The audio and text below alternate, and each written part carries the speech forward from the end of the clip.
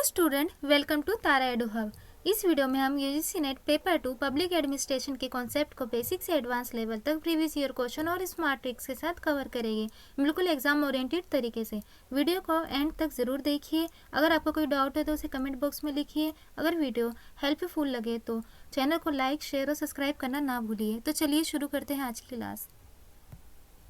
Question 1, Woodrow Wilson का राजनीतिक प्रशासन द्विभाजन मुख्य रूप से किस उद्देश्य से था? ऑप्शन ए, प्रशासन में मूल्य निरपेक्षता स्थापित करना। ऑप्शन बी, नौकरशाही की स्वायत्तता बढ़ाना। ऑप्शन सी, प्रशासन को राजनीति से अलग कर उसे अधिक कुशल बनाना। ऑप्शन डी, प्रशासन पर विधायिका का नियंत्रण बढ़ाना। आपका समय शुरू होता है अब। The correct answer is option C. बढ़ते हैं इसके एक्सप्लेनेशन की तरफ। विल्सन का उद्देश्य प्रशासन को राजनीति से अलग करके दक्षता बढ़ाना था, ना कि उसे राजनीतिक नियंत्रण से मुक्त करना था। अन्य विकल्प गलत क्यों हैं?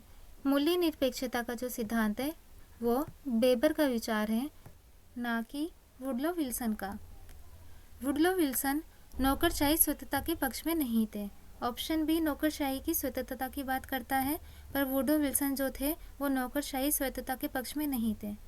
ऑप्शन डी जो है वो बात करता है प्रशासन पे विधायिका का नियंत्रण बढ़ाना, पर जो विल्सन थे वे राजनीतिक हस्तक्षेप कम करना चाहते थे। तो इस तरीके से option C is the right answer. तो बढ़ते हैं नेक्स्ट क्वेश्चन की तरफ। Which thinker directly challenge the scientific claim of value neutrality in administration? प्रशासन में मूल्य निरपेक्षता के वैज्ञानिक दावे को किस विद्वान ने सीधे चुनौती दी? Option A, Max Weber. Option B, Herbert Simon. Option C, Donald Waldo. Option D, Luther Gulick. आपका समय शुरू होता है अब। The correct answer is option C, Donald Waldo. चलिए इसकी एक्सप्लेनेशन देखते हैं। डोनाल्ड वाल्डो ने कहा है कि प्रशासन कभी भी मूल्य निरपेक्ष नहीं हो सकता है, क्योंकि वह लोकतंत्र, नैतिकता और समाज से जुड़ा हुआ है। चलिए अदर ऑप्शंस को भी देख लेते हैं। जो वेबर है वो सपोर्ट करता है वैल्यू न्यूट्रल ब्यूरोक्रेसी को। जो साइमन है वो डिसीजन मेकिंग पर अपना फोकस रखते हैं। और option D, Gulick, emphasised principles not value critique. तो इस तरीके से हमारा सही आंसर जो बन रहा है वो है ऑप्शन सी, डोनाल्ड वाल्डो। अक्सर एग्जाम्स में ये पूछा जाता है कौन से थिंकर की कौन सी विचारधारा है, तो उसे भी आप याद रखिएगा। तो चलिए शुरू करते हैं next question. Herbert Simon criticised classical theory mainly because it was. Herbert Simon ने शास्त्रीय सिद्धांत की आलोचना मुख्यतः इसलिए की थी क्योंकि वह था option A, normative and unrealistic. Option B, excessively political. Option C, ethically weak. Option D, constitutionally irrelevant. तो आपका समय शुरू होता है अब। The correct answer is option A, normative and unrealistic. चलिए इसकी व्याख्या पे ध्यान देते हैं। साइमन के अनुसार शास्त्रीय सिद्धांत आदर्शवादी था, यथार्थवादी नहीं। इस वजह से अदर ऑप्शन जो है वो रॉन्ग हो जाते हैं। चलिए नेक्स्ट क्वेश्चन को देखते हैं। कथन व कारण। कथन, बेबर की नौकरशाही दक्षता बढ़ाती है। कारण, ये पदानुक्रम नियमों और निरपेक्ष संबंधों पर आधारित है। Option A, both A and R are true and R explain A. Option B, both A and R are true but R does not explain A. Option C, A true R false. Option D, A false R true. तो आपका समय शुरू होता है। आप बताइए right answer कौन सा है। The right answer is option A, both A and R are true and R explanation A. बढ़ते हैं नेक्स्ट क्वेश्चन की तरफ। Which concept best connect new public administration with democratic values? नव लोक प्रशासन को लोकतांत्रिक मूल्यों से कौन सा सिद्धांत जोड़ता है? Option A, efficiency. Option B, neutrality, option C social equality, option D economy. आपका समय शुरू होता है अब। The correct answer is option C. बढ़ते हैं इसके एक्सप्लेनेशन की तरफ। न्यू पब्लिक एडमिनिस्ट्रेशन emphasized social equity as the third pillar after economy and efficiency। बढ़ते हैं नेक्स्ट क्वेश्चन की तरफ। The idea of committed bureaucracy in India contradicts which classical principle. भारत में प्रतिबंध नौकरशाही की अवधारणा किस शास्त्रीय सिद्धांत के विपरीत है? Option A hierarchy, option B neutrality, option C specialisation, option D unity of command. आपका समय शुरू होता है अब। जल्दी से इसका आंसर दीजिए। The correct answer is option B. चलिए इसकी एक्सप्लेनेशन देखते हैं। Committed bureaucracy challenged political neutrality. बढ़ते हैं नेक्स्ट क्वेश्चन की तरफ।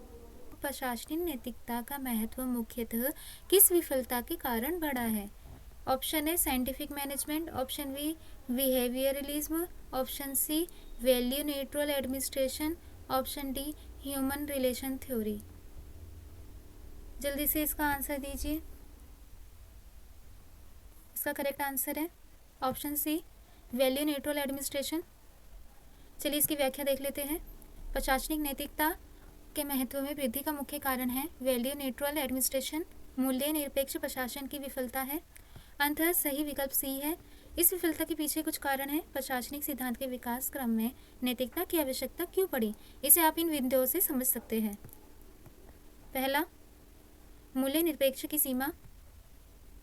पारंपरिक लोक प्रशासन विशेषकर वुडरो विल्सन और फ्रेडरिक टेलर के समय में प्रशासन को केवल एक यंत्र माना जाता था जिसका काम कुशलता और मितव्ययिता, इफिशिएंसी और इकोनॉमी था। इसमें मानवीय मूल्य और नैतिकता की अनदेखी की जाती थी। सेकेंड वर्ल्ड वॉर के बाद का अनुभव। युद्ध के दौरान और इसके बाद ये महसूस किया गया कि यदि प्रशासन केवल आदर्शों का पालन करता है और नैतिक मूल्य जैसे न्याय, समानता, मानवता को छोड़ देता है तो वह विनाशकारी हो जाएगा। नेक्स्ट पॉइंट इज तथ्य बना मूल्य, फैक्ट वर्सेस वैल्यू। तार्किक प्रत्यक्षवाद, लॉजिकल पॉजिटिविज्म ने केवल तथ्यों पर जोर दिया, लेकिन बाद में लोक प्रशासन के विद्वान जैसे ड्वाइट वाल्डो ने तर्क दिया कि प्रशासन कभी भी मूल्य निरपेक्ष नहीं हो सकता क्योंकि वह समाज के कल्याण के लिए काम करता है। न्यू पब्लिक एडमिनिस्ट्रेशन, नवीन लोक प्रशासन। 1960 के दशक के अंत में मीनोब्रुक कॉन्फ्रेंस के माध्यम से यह बात मजबूती से उभरी कि प्रशासन को सामाजिक समानता और नैतिकता के प्रति प्रतिबद्ध होना चाहिए, न कि केवल तकनीकी रूप से दक्ष होना चाहिए। साइंटिफिक मैनेजमेंट यह कार्य कुशलता पर केंद्रित था, लेकिन इसकी विफलता ने मानवीय संबंधों को जन्म दिया, सीधे तौर पर नैतिकता के व्यापक ढांचे को नहीं। बिहेवियरलिज्म, इसने प्रशासन को वैज्ञानिक बनने की कोशिश की जिससे मूल्य निरपेक्षता बढ़ी। इसी की प्रतिक्रिया स्वरूप नैतिकता का महत्व और अधिक बढ़ गया। ह्यूमन रिलेशन थ्योरी, इसे संगठन में मानवीय पक्ष पर ध्यान दिया गया, लेकिन ये मुख्य रूप से उत्पादकता बढ़ाने का एक तरीका था। तो आपको ये सारी चीज़ें याद रखनी है। Scientific management, behaviourism, human relation theory. Exams में इनकी डेफिनेशन और इसकी हिस्ट्री भी पूछ लेते हैं, पॉइंट ऑफ व्यूज़ वगैरह भी पूछ लेते हैं, तो आप इनका ध्यान रखना। तो बढ़ते हैं नेक्स्ट क्वेश्चन की तरफ।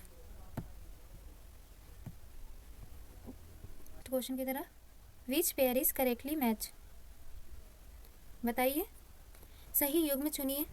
Option A Gulick, decision making, option B Simon POSDCORB, option C Waldo, democratic administration, option D Weber, human relation.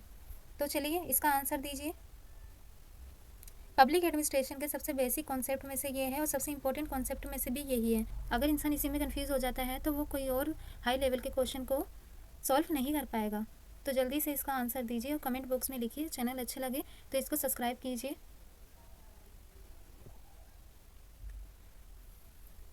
चलिए, तो इसका करेक्ट आंसर है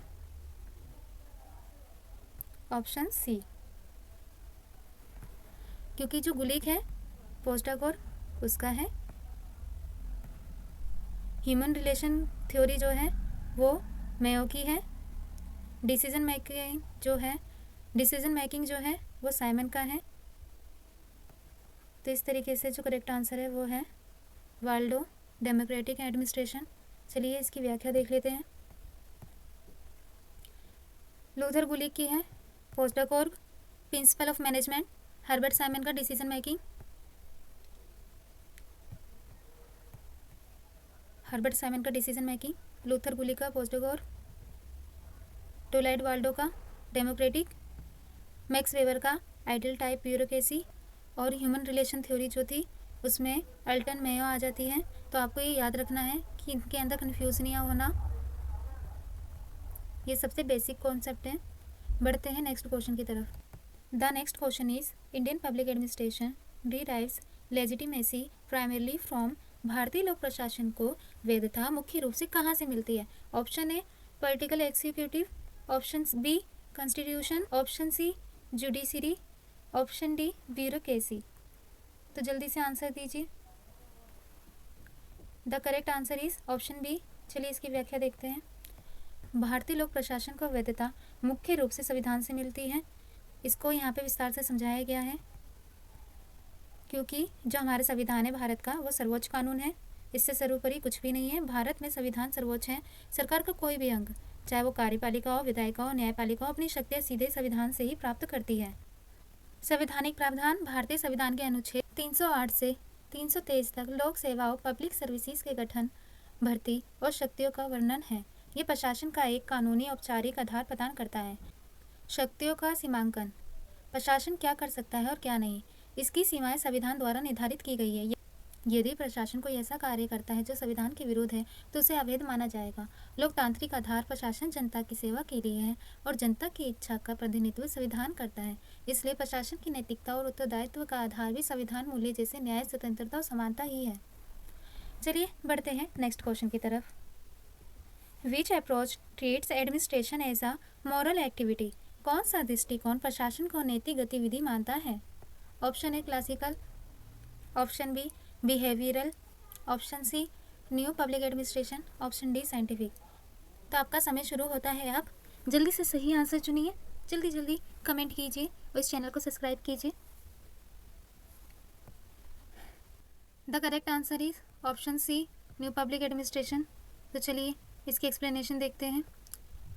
यहाँ पे ये पूरा चार्ट बना हुआ है, इसमें एक तरफ अप्रोचेस है, दूसरी तरफ व्यू ऑफ एडमिनिस्ट्रेशन और उनके की फोकस है। जो क्लासिकल अप्रोच है उसमें मैकेनिक और स्ट्रक्चरल एडमिनिस्ट्रेशन की बात की गई है। जो एडमिनिस्ट्रेशन का जो व्यू है वो मैकेनिक और स्ट्रक्चरल है। तो इसके की फोकस है इफिशिएंसी, तो इसके की फोकस है efficiency, economy and one best way of doing work. Approach है behavioural, view of administration scientific descriptive. Key feature is focus on how people actually behave, aim to be value free. New public administration, view of administrations, moral normative, focus on social equity, value ethics and change. Approaches है इसके scientific, view of administration है technical, key focus points है focus on physical task and tools to maximize productivity. बढ़ते हैं next question की तरफ। Which statement best represent Herbert Simon concept of bounded rationality? Herbert Simon की सीमित तर्क संगतता को कौन सा कथन सर्वोत्तम दर्शाता है? Option A administrator are fully rational, option B decision are made under constraints, option C decisions are value free, option D decisions follow protocol. आपका समय शुरू होता है अब। The correct answer is option B. देखते हैं इसके एक्सप्लेनेशन को। The correct answer is B explanation. Human decision makers operate under limited information, time and capacity. बढ़ते हैं नेक्स्ट क्वेश्चन की तरफ। Which school of thought emerge as a reaction against classical administration? शास्त्रीय प्रशासन के विरुद्ध में कौन सा विचारधारा विकसित हुई? Option A scientific management, option B human relation, option C new public management, option D structural functional. आपका समय शुरू होता है अब। The correct answer is option B. बढ़ते हैं इसके एक्सप्लेनेशन की तरफ। Human relation criticise mechanist and inhuman exception of classical theory. Who stated that public administration is the theory and practice of politics? लोक प्रशासन राजनीति का सिद्धांत और व्यवहार है, ये किसने कहा है? Option A Woodrow Wilson, option B Frank Goodnow, option C डोलाइट Waldo, option D Paul Appleby. आपका समय शुरू होता है अब।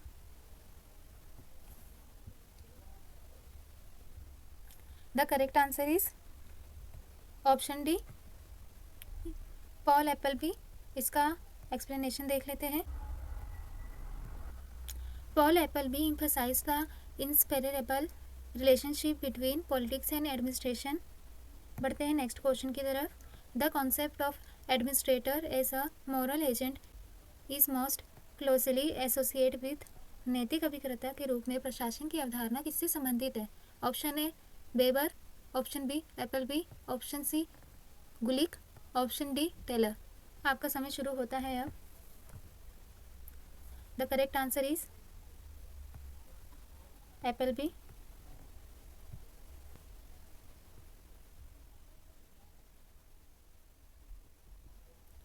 The correct answer is B.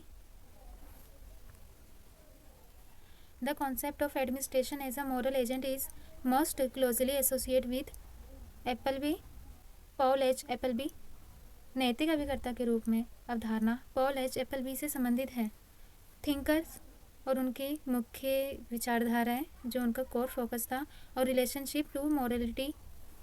Thinkers और उनके जो मुख्य ध्यान और उनके जो नैतिकता से संबंध है उसके ऊपर ये चार्ट है, इसको ध्यान से देख लेना, ये एग्जाम में ज़रूर आएगा, ये एग्जाम में ज़रूर आएगा। मैक्स वेबर ब्यूरोक्रेसी की बात करता है। Focus on value neutrality and rules impersonal order Luther Gulick. POSDCORB focus on efficiency and structure mechanical view. Option C यहाँ पे ये दे रखा है F W Taylor. Scientific management focus on productivity and one best way technical view. तो बढ़ते हैं next question की तरफ। The next question is which of the following weakens the politics administration dichotomy. राजनीतिक प्रशासन द्विभाजन को कौन सा कारक कमजोर करता है? A delegated legislation, B judicial review, C ministerial responsibility, D rule of law. आपका समय शुरू होता है अब। द करेक्ट आंसर इज, जल्दी से आंसर दीजिए और चैनल को सब्सक्राइब करना ना भूलिए। जल्दी से हमारे इस चैनल के सदस्य बन जाइए। जल्दी जल्दी आंसर दीजिए, कमेंट बॉक्स में लिखिए। The correct answer is option A. चलिए इसकी व्याख्या देख लेते हैं। The correct answer is option A explanation. Delegated legislation gives administrator quasi legislative power. राजनीतिक प्रशासन द्विविभाजन को प्रत्यायोजित विधान कमजोर करता है। The politics administration dichotomy proposed by Woodrow Wilson and Frank Goodenough suggest that politics and administration are two separate spheres. Politics dealing with policy making and the will of the state by the legislature. Administration dealing with the implementation and the deed of the state done by the bureaucracy. तो जो Woodrow Wilson है और Frank गुडनो है, उन्होंने suggest किया कि जो politics है और एडमिनिस्ट्रेशन है वो दोनों अलग अलग है, एक नहीं है। वुडरो विल्सन एंड फ्रैंक गुडनो ने सजेस्ट किया है कि पॉलिटिक्स एंड एडमिनिस्ट्रेशन दोनों अलग है। तो आपको ये बेसिक कॉन्सेप्ट कभी नहीं भूलना है, ये बहुत इंपॉर्टेंट है। हर प्रकार के एग्जाम्स में पूछा जाता है, चाहे वो यूजीसी हो या पॉलिटिकल साइंस हो या पब्लिक एडमिनिस्ट्रेशन हो या कोई प्रोफेसर लेवल का अदर कोई एग्जाम हो, तो आपको ये भूलना नहीं है। चलिए नेक्स्ट क्वेश्चन की तरफ बढ़ते हैं। Which principle of Gulick was most strongly criticised by Simon. Gulick के किस सिद्धांत की सबसे तीव्र आलोचना साइमन ने की? Option A unity of command, option B span of control, option C departmentalisation, option D POSDCORB. आपका समय शुरू होता है अब। करेक्ट आंसर बताने से पहले मैं आपको बताना चाहूँगी ये क्वेश्चन जो है बहुत ट्रिकी है, क्योंकि जो गुलिक के सिद्धांत की साइमन ने आलोचना की है उसमें पोस्टोकोर भी आता है, स्पैन ऑफ कंट्रोल भी आता है, यूनिटी ऑफ कमांड भी आता है। तो अगर ये क्वेश्चन एग्ज़ाम में आता है तो इंसान इससे कंफ्यूज हो सकता है। तो आपको ध्यान देना है कि सबसे ज़्यादा साइमन ने गुलिक के जिस सिद्धांत की आलोचना की है वो है यूनिटी ऑफ कमांड। ये राइट आंसर है, तो इसका करेक्ट आंसर है यूनिटी ऑफ कमांड। चलिए इसकी व्याख्या देख लेते हैं। Herbert A Simon most strongly criticized Gulick's principle of unity of command. Simon argued that this principle is not universally valid and that in many real administrative situations officials often receive instructions from multiple sources. He considered such principles of administration to be more like proverb, lacking scientific precision. Simon ने गुलिक की unity of command आदेश की एकता के सिद्धांत का सबसे ज़्यादा आलोचना किया। उनके अनुसार ये सिद्धांत सार्वभौमिक नहीं है और व्यवहारिक प्रशासन में हमेशा लागू नहीं होता है। और जो पोस्टाकॉर्व है, पोस्टाकॉर्व के लिए साइमन ने कहा कि ये लिस्ट ऑफ प्रोवर्ब है। तो अगर क्वेश्चन आता है कि साइमन ने गुलिक के किस सिद्धांत को लिस्ट ऑफ प्रोवर्ब और नॉट अ साइंस कहा है, तो आपको ये याद रखना है कि वो पोस्टाकॉर्व है और सबसे ज़्यादा जिस सिद्धांत की उन्होंने आलोचना की है वो है यूनिटी ऑफ कमांड। तो आपको इन दोनों में कंफ्यूज नहीं होना है। बढ़ते हैं नेक्स्ट क्वेश्चन की तरफ। The next question is which mechanism ensure ethical accountability internally. आंतरिक रूप से नैतिक उत्तरदायित्व सुनिश्चित करने का साधन कौन सा है? Option A judicial review, option B legislative control, option C code of conduct, option D media. तो आपका समय शुरू होता है अब। The correct answer is option C code of conduct. बढ़ते हैं इसके एक्सप्लेनेशन की तरफ। Internal ethical accountability is ensure through a code of conduct which guide the behaviour of public official from within a organisation. The other option judicial review, legislative control and media are internal mechanism of accountability. आंतरिक रूप से नैतिक उत्तरदायित्व सुनिश्चित करने का प्रमुख साधन कोड ऑफ कंडक्ट ही है। तो अन्य विकल्प जो है वो बाहरी उत्तरदायित्व के साधन है। तो आपको इसमें कंफ्यूज नहीं होना है। बढ़ते हैं नेक्स्ट क्वेश्चन की तरफ। Which concept emphasise collaboration between state, market and civil society. राज्य, बाजार और नागरिक समाज के सहयोग पे कौन सी अवधारणा बल देती है? Option A government, option B new public management, option C governance, option D bureaucracy. आपका समय शुरू होता है अब। The correct answer is option C governance. The concept of governance emphasizes collaboration and interaction among the state, market and civil society in decision making and public service delivery. It goes beyond the traditional idea of government by involving multiple stakeholders and networks. संक्षेप में कहा जाए तो governance जो है उसकी अवधारणा राज्य, बाजार और नागरिक समाज के बीच सहयोग और सहभागिता पर बल देती है। बढ़ते हैं नेक्स्ट क्वेश्चन की तरफ। The concept of public interest in India administration is derived mainly from. भारतीय प्रशासन में लोकहित की अवधारणा मुख्यतः कहाँ से आती है? Option A directive principle, option B fundamental right, option C preambles, option D judiciary. तो आपका समय शुरू होता है अब। The correct answer is preambles. In Indian administration, the concept of public interest (Lokhit) is derived mainly from the preambles of the Constitution, which lay down the core value of justice, liberty, equality, and fraternity. These ideas guide the state in formulating policies and administrative action aimed at the collective welfare of society. संक्षेप में भारतीय प्रशासन में लोकहित की अवधारणा का मुख्य स्रोत संविधान की प्रस्तावना है जो राज्य को सामाजिक, आर्थिक और राजनीतिक न्याय सुनिश्चित करने की दिशा प्रदान करती है। Exemptive directive principle support public interest but its philosophical foundation lies in the preambles. तो बढ़ते हैं नेक्स्ट क्वेश्चन की तरफ। Which theory treat organisation as a social system. कौन सा सिद्धांत संगठन को सामाजिक प्रणाली मानता है? Option A classical, option B system theory, option C scientific management, option D bureaucratic theory. तो आपका समय शुरू होता है अब। The correct answer is option B system theory. System theory views an organization as a social system made up of interrelated and interdependent part that interact with each other and with the external environment. It emphasizes relationships, communication, feedback and adaptation. Systems theory प्रणाली सिद्धांत संगठन को एक सामाजिक प्रणाली के रूप में देखता है जिसमें विभिन्न प्रकार आपस में जुड़े होते हैं और वातावरण के साथ अंतरक्रिया करते हैं। बढ़ते हैं नेक्स्ट क्वेश्चन की तरफ।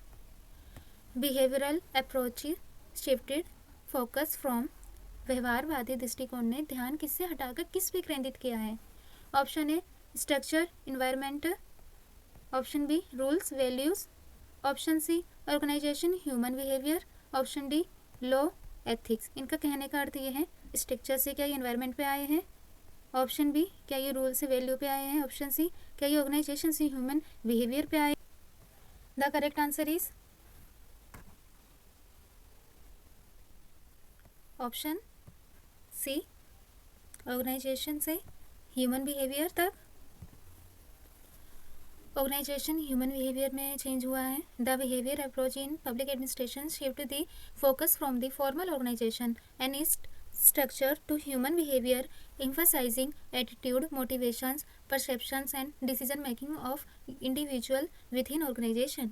संक्षेप में व्यवहारवादी दृष्टिकोण ने ध्यान संगठन स्ट्रक्चर से हटाकर मानव व्यवहार पर केंद्रित किया, जैसे कि प्रेरणा, दृष्टिकोण और निर्णय प्रक्रिया। बढ़ते हैं नेक्स्ट क्वेश्चन की तरफ। आत्मक लोक प्रशासन मुख्यतः किस पे केंद्रित है? Option A administrative law, option B cross cultural administrative system, option C budgeting, option D personal management. आपका समय शुरू होता है अब। The correct answer is cross cultural administrative system. बढ़ते हैं नेक्स्ट क्वेश्चन की तरफ। उससे पहले ये एक्सप्लेनेशन देख लेते हैं। Comparative Public Administration (CPA) mainly focus on the study and comparison of administrative system across different countries and cultures. Its objective is to understand how social, cultural, economic and political contexts influence administrative, cultural and process. तुलनात्मक लोक प्रशासन का मुख्य focus विभिन्न देशों एवं संस्कृतियों के प्रशासनिक तंत्रों का तुलनात्मक अध्ययन है। Which approach combines efficiency with market mechanism? कौन सा दृष्टिकोण दक्षता को बाजार तंत्र से जोड़ता है? Option A new public administration, option B new public management, option C behavioural, option D classical. आपका समय शुरू होता है अब। The correct answer is option B.